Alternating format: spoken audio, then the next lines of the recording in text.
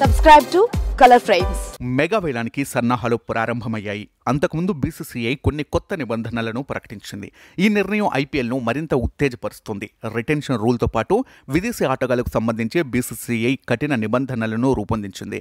ఇప్పుడు ఈ కొత్త నిబంధనల తర్వాత ఎవరైనా విదేశీ ఆటగాడు మెగా వేలం కోసం నమోదు చేసుకోకపోతే అతను వేలానికి అనర్హుడవుతాడు. అలాంటి ఆటగాళ్ల పేర్లు వేలంలో కనిపించవు. వారిపై బిడ్డింగ్ కూడా జరగదు. వాస్తవానికి ఐపీఎల్లో పాల్గొననున్న 10 జట్లు తమ స్క్వాడ్ లిస్టులో 6 ఆటగాళ్లను రిటైన్ చేసుకోవచ్చు. ఆర్టీఎం లేదా రిటెన్షన్ నిబంధన ద్వారా దీన్ని అమలు చేస్తున్నారు. ఈ రిటెన్షన్ జాబితాలో గరిష్టంగా 5 అంతర్జాతీయ ఆటగాళ్లు, అంటే అందులో దేశీయ మరియు విదేశీ ఆటగాళ్లు ఉండొచ్చు. ఇదిలా ఉండగా కొందరు ఆటగాళ్ల ద్వారా జట్లు ఇబ్బందులు ఎదుర్కొంటున్నాయి. దీంతో పలు ఫ్రాంచైజీలు బీసీసీఐకి కంప్లైంట్ చేయడంతో విదేశీ ఆటగాళ్ల కోసం బీసీసీఐ కఠిన నిర్ణయాలు తీసుకుంది. ఐపీఎల్ వేలంలో భారీ మొత్తం పొందిన తర్వాత గాయం లేదా వ్యక్తిగత కారణాల వల్ల సీజన్ ప్రారంభానికి ముందే విదేశీ ఆటగాళ్లు సీజన్ నుండి తమ పేరును ఉపసంహరించుకోవడం తరచుగా జరుగుతుంది.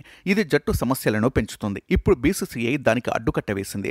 ఐపీఎల్ వేలంలో ఎవరైనా ఆటగాడిని కొనుగోలు చేసి ఆ తర్వాత అతను తన పేరును ఉపసంహరించుకుంటే ఆ ఆటగాడు 2 సీజన్ల పాటు నిషేధానికి గురవుతాడు. ఈ నిర్ణయం విదేశీ ఆటగాళ్లకు చెంపపెట్టు లాంటిదే. మరోవైపు బీసీసీఐ ఆటగాళ్లకు బంపర్ ఆఫర్ ఇచ్చింది. ఐపీఎల్ చరిత్రలో తొలిసారి మ్యాచ్ ఫీజును ప్రకటించారు. ఇంపాక్ట్ ప్లేయర్తో పాటు సీజన్లో ఆడే ఆటగాళ్లందరికీ ప్రతి మ్యాచ్కు 7,50,000 చొప్పున చెల్లిస్తారు. ఈ మొత్తం కాంట్రాక్ట్ అమౌంట్కు అదనం. కాగా వచ్చే సీజన్ కోసం నవంబర్, డిసెంబర్ నెలలో మెగా వేలం జరుగుతుంది. వీడియో మీకు నచ్చినట్లయితే ప్లీజ్ లైక్ చేయండి, షేర్ చేయండి, కామెంట్ చేయండి.